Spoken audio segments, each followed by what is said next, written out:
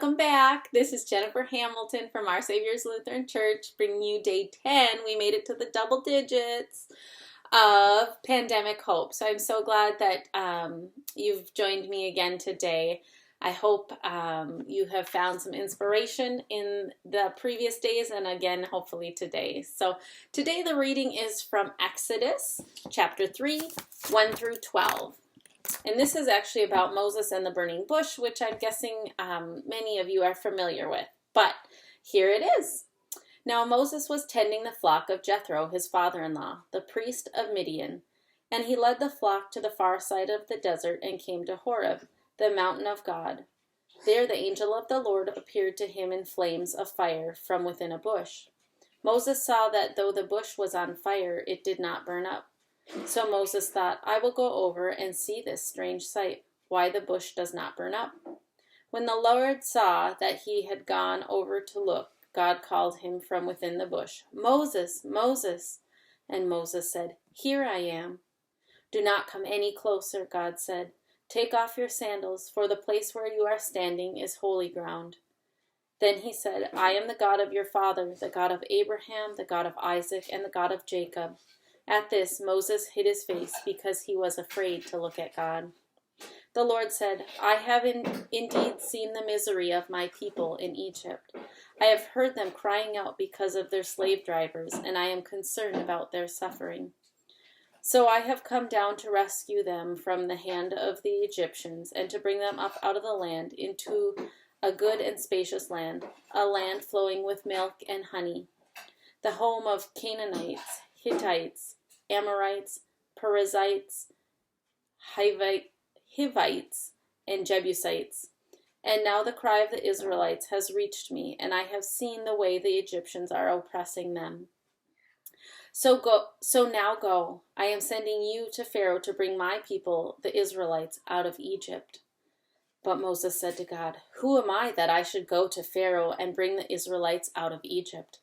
And God said, I will be with you, and this will be the sign to you that it is I who have sent you. When you have brought the people out of Egypt, you will worship God on this mountain.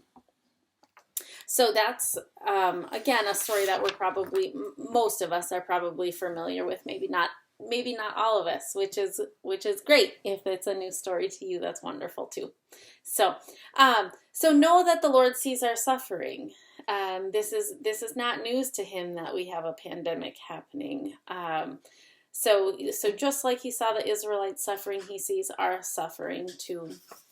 So some things kind of to think about for you would be, have you ever seen anything really strange or something that defied common sense? And what was it? Where is the holiest place you have ever been? What is your favorite excuse for doing nothing? And I think all of us have those moments. And all of us have some sort of excuse too. So, do you think Moses was more uncertain of himself or of God? Have you ever felt God was asking you to do something? How did you react? What was the burning bush, which is God's attention getter, been in your life? Good times? Bad times? How about a personal experience with God?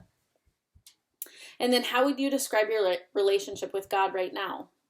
A burning bush, a flickering shrub, a few ashes in the wind. So I encourage you to think about all those things and what's going on right now. I hope that this has created some deep thought for you, and I hope you have a wonderful day. So the faith practice for today is to make prayer s'mores. And so this comes from Christine V. Hides, and you can find her info in the comments to get you to this. But I encourage you to start with your first graham cracker and start by greeting God. So you might say, Dear God, or Holy God, or Loving God, or Awesome God, any of the names that you want to use for God that help you pray. Then when you add the chocolate, God's love is sweet. Thank God for all the ways you feel God's love. The warmth of the campfire, or the oven, because let's be real, some of us can't do that. I can't do it on a campfire. So, but thanking God for for campfires or the oven or delicious food to eat or the beauty of nature, time with our family and friends. We've got extra time with our family and some friends maybe right now. So just share what you're thankful for and what makes life so sweet. And the marshmallow